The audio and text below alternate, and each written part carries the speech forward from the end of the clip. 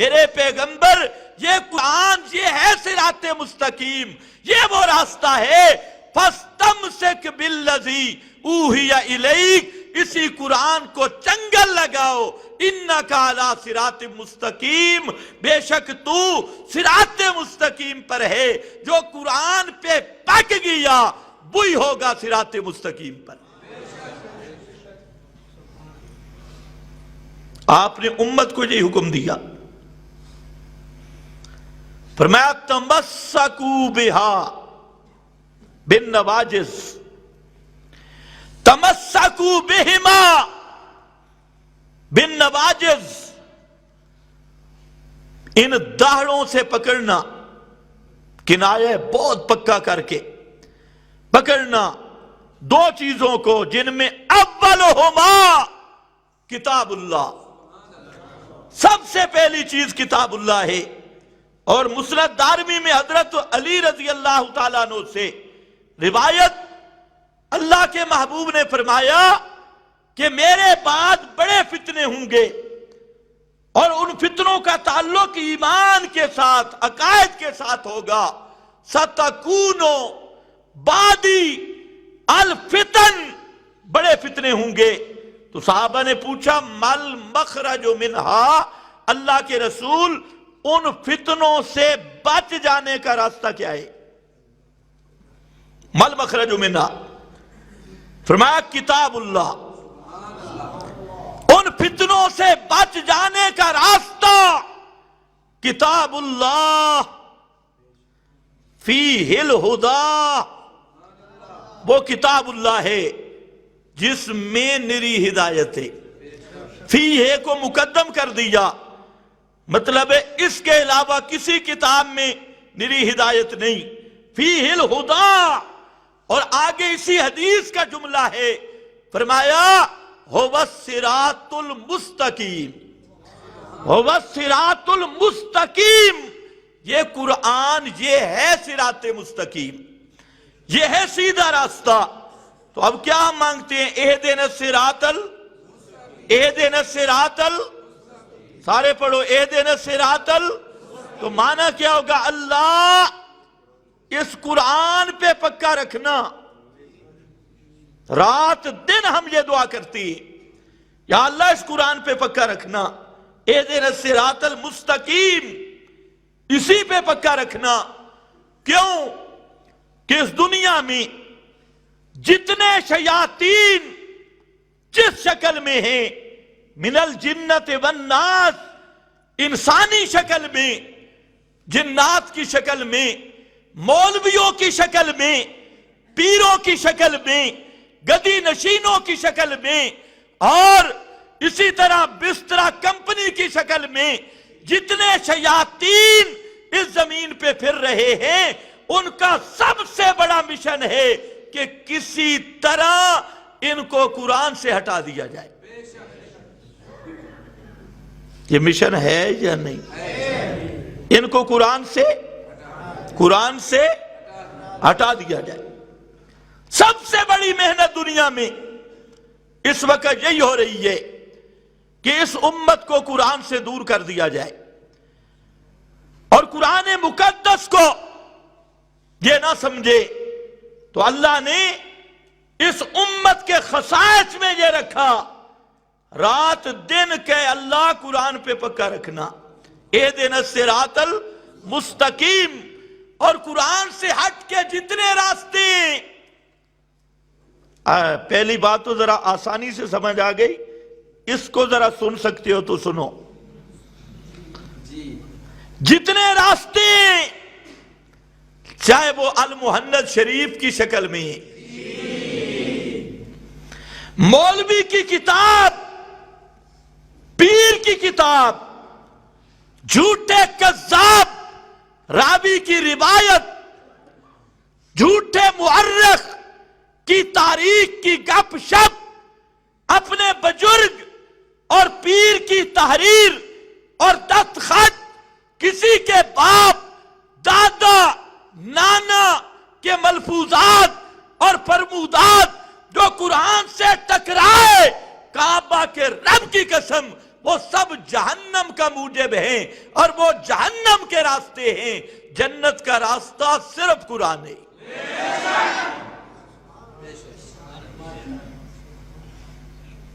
آج جس دنیا میں ہم جی رہے ہیں،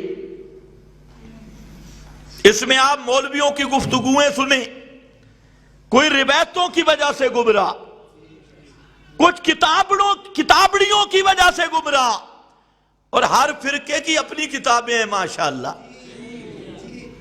آپ کے ہاں المحند آپ کے گلے میں پڑی ہوئی ہے۔ اب یہ المحند ہے کیا؟ بہت سارے ساتھیوں پر دیکھتے ہوئے المحند کیا ہے؟ یہ المحند ایک خط ہے جس کا یہ بھی پتہ نہیں یہ کس کے پاس رہا، کس نے تحریر کیا، کیا کہاں یہ محفوظ رہا۔ یہ سارا محرف شدہ 14ویں صدی کا سب سے بڑا فراڈ المحند اسی کا نام ہے۔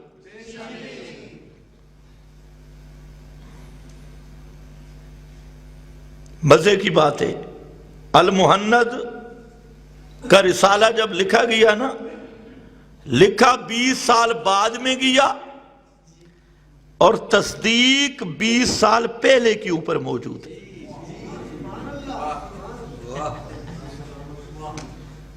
اوپر جو سن لکھا ہے، لکھا وہ 20 سال بعد میں، منظر عام لکھا بعد میں، تحریر بعد میں ہوا، اور جو مصدق تصدیق کر رہا ہے وہ 20 سال پہلے کی تاریخ پہ۔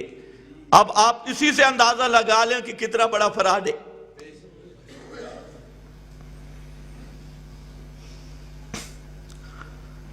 لیکن اب یہ گلے پڑ گئی ہے مولویوں کے، قرآن کے قریب نہیں، المحند شریف۔ اچھا، دوسرے طبقے کے گلے پڑ گئے حسام الحرمین۔ اب ان میں لڑائی ہے، کچھ 6-7 فرقے بن گئے۔ کہتے ہیں جو حسام الحرمین نہ مانے ہم اسے بریلوی نہیں مانتے، یہ کہتے ہیں جو المحند نہ مانے ہم اسے دیوبندی نہیں مانتے۔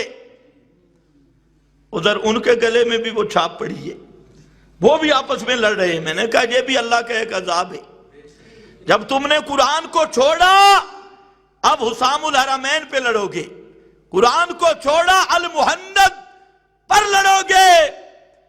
اور ہم کہتے ہیں چھوڑو دیوبندیت کیا ہے، بریلویت کیا ہے، دیوبندیت بریلویت ان بتوں کی پرستش ہم نہیں کرتے، ہم ہیں ما انا علیہ و اصحابی کی راہ پہ، اور انشاءاللہ وہ آئے گا۔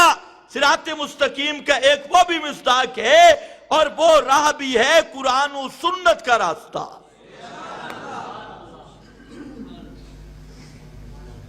آج جتنے مناظرے ہوتی یہی ہوتے، تیرے مولوی نے یوں لکھا، وہ کہتے تیرے مولوی نے یوں لکھا، وہ کہتے تیرے شیخ الحدیث نے یوں لکھا، وہ کہتے تیرے شیخ الحدیث نے یوں لکھا، تمہاری کتاب میں یوں لکھا، تمہاری کتاب میں یوں لکھا۔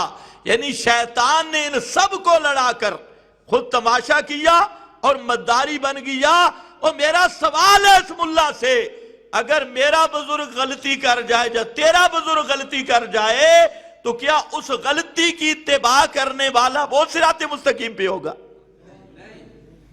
ان بزرگوں کی گارنٹی کس نے دی ہے؟ ہمارا بزرگ نہیں غلطی کر سکتا، ان کا بڑے بزرگوں کو معصومیت۔ اور آج کل جنت کی ٹکٹیں تقسیم ہو رہی ہے، حالانکہ یہ مسئلہ یاد رکھو عقیدے کا مسئلہ ہے کہ صحابہ کے بعد کسی شخص کے متعلق یہ کہنا کہ یہ حتمی طور پہ جنتی ہے، یہ کہنا یہ خطا فی الاعتقاد ہے، قرآن و سنت کے خلاف ہے۔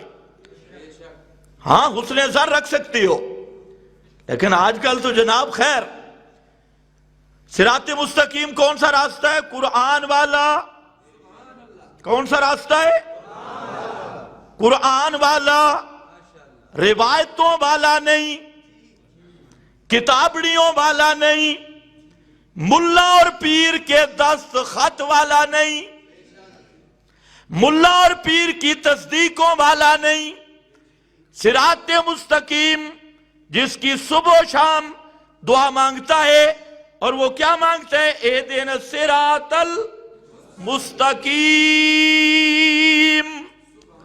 مستقیم، اللہ سیدھے راستے پہ چلانا، اسی پہ رکھنا۔ یہی دعا امام الانبیاء نے بھی مانگی، یہی دعا صحابہ نے مانگی، یہی دعا اولیاء اللہ نے مانگی۔ ساری دنیا اہل ایمان یہی دعا مانگتے رہے، اور یہ اہم دعا تھی۔ اہدنا الصراط المستقیم، اللہ ہمیں سیدھے راستے پر رکھنا۔